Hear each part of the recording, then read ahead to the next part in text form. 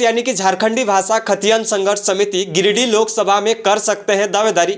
ऐसा इसलिए कह सकते हैं क्योंकि जयराम महतो का दो जगहों से जो लोगों का बयान आता था, लोगों का जो बात निकल के आता था, धनबाद और गिरिडीह। अगर धनबाद की हम बात करें तो धनबाद में कहीं ना कहीं हम जब वीडियो बनाए तो वहां से पता चला कि गिरिडीह तरफ लोग ज्यादा उमड़ रहे हैं।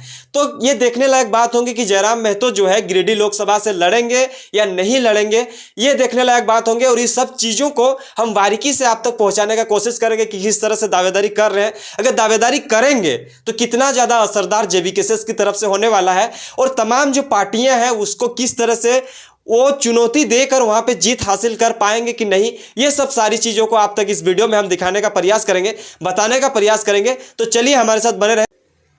गिरिडीह लोकसभा क्षेत्र के बारे में तो सबको ही सुने ही होंगे, किस तरह का वहाँ चहलकदमी रहता है इलेक्शन के टाइम में।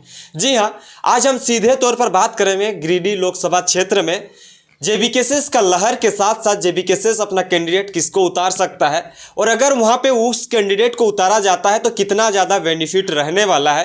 ये सब सारी चीज़ों के बारे में हम जानने का प्रयास करेंगे। इससे पहले हम ये भी जानेंगे कि गिरिडीह लोकसभा क्षेत्र में जो उम्मीदवार के तौर पर जो लोग आते हैं वो किन किन चीज़ों का ज़्यादातर ध्यान रखते हैं और वहाँ पर विजय हासिल करते हैं।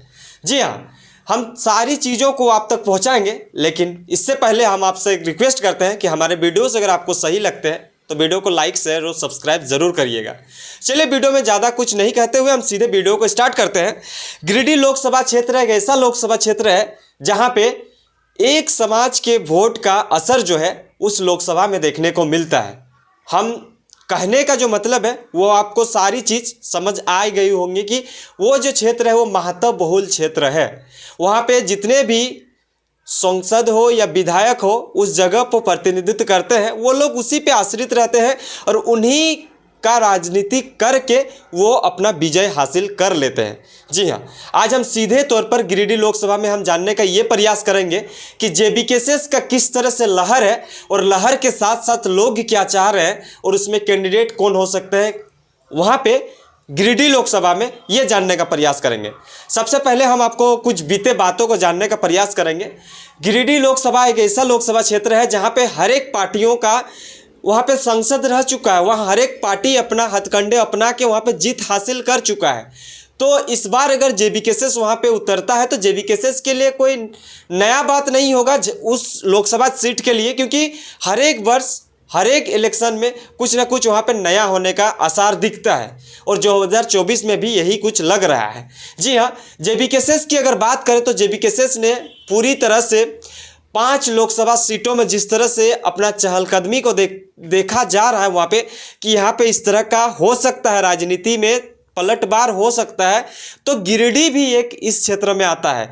गिरिडीह की अगर बात करें तो गिरिडीह के लोकसभा क्षेत्र में 6 विधानसभा क्षेत्र आता है, जिसमें से गिरिडीह, गोमिया, डुमरी, टुंडी, बेरमो और बाघमारा।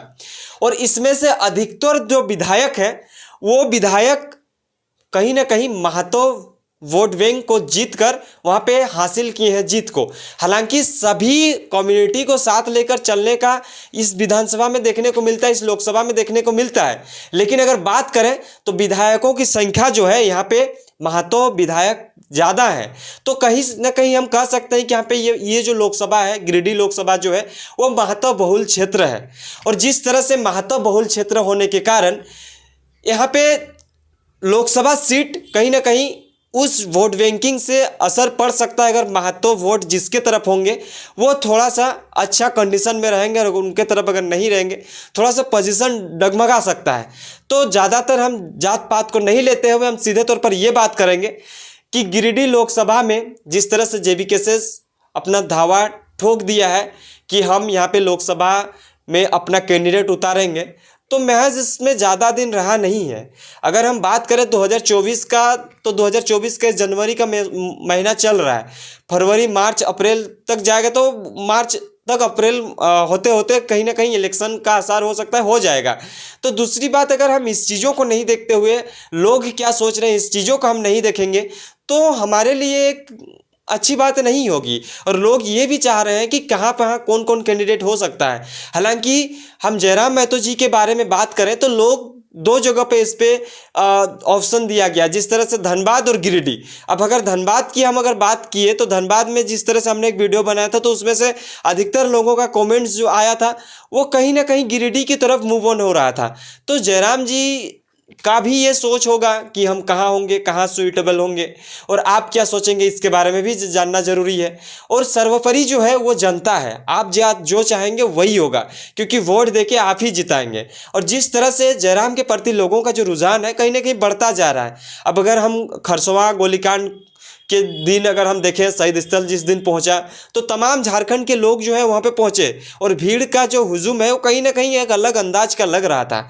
तो जेबीकेएसएस का अगर हम बात करें, गिरिडीह में पूरी तरह से जो है विस्तार प्रक्रिया संपन्न हो चुका है। गोमिया में हुआ है, डुमरे में हुआ है, टुंडी में हुआ है, बेरमो में हुआ है, बागमरा में हुआ है।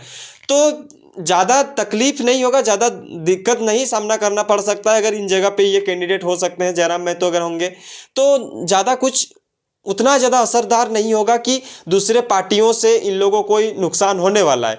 कहीं ना कहीं सब अपने वोट बैंकिंग को अपने तरफ कलेक्ट करने की बात कहेंगे, और उसी को लेकर जिस तरह से गिरिडीह लोकसभा हमेशा ही ये हॉट सीट रहा है, और अभी फिलहाल में जिस तरह से आजसू का गढ़ माना जाता है, आजसू वहाँ पे रहा है। उससे पहले अगर बात करें तो बीजेपी का भी वहाँ पे जो रहा, सरकार बना, जो संसद का प्रतिनिधित्व किया, उसके बाद कांग्रेस का भी रहा।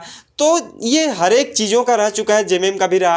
तो कहीं ना कहीं इस बार अगर जेबीकेएसएस आता है तो क्या होगा, ये जानने लायक बात होंगे और देखने लायक बात होंगे कि गिरिडीह लोकसभा क्षेत्र में अगर जयराम आता है तो क्या दिक्कत होगा, और क्या क्या दिक्कतों का सामना करते हुए इन पार्टियों को चुनौती देकर वो जीत हासिल कर पाएंगे कि नहीं कर पाएंगे।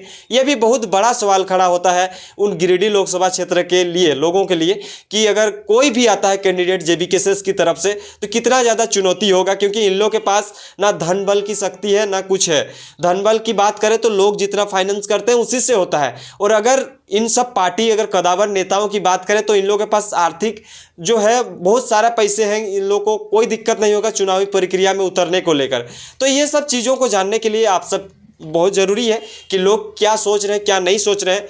और दूसरी बात, अगर आप चाहते हैं कि जयराम महतो वहाँ का कैंडिडेट हो तो आप हमें कमेंट्स बॉक्स में ज़रूर से एक प्यारा सा कमेंट्स करिए कि क्या चाहते हैं। हालांकि ये सब जो चीज़ें हैं हम जो बोल रहे हैं ये कोई ऑफिशियल बात नहीं है, ये वैचारिक तौर पर जो निकल के आ रहा है, लोगों के बीच से जो निकल के आ रहा है, वो सब सारा चीज़ों को मैं आपके बीच रखने का प्रयास कर रहा हूँ। हालांकि जितना भी हो सके आपके बीच मैं लोगों का व्यू को रखने का कोशिश करता हूँ, और यहाँ पे यही चीज़ हो रहा है, लोग जो चाहेंगे वही होगा। तो आप क्या सोचते हैं इसके बारे में हमें कमेंट्स करके जरूर बताइए। चलिए मिलते हैं अगले नए वीडियो में।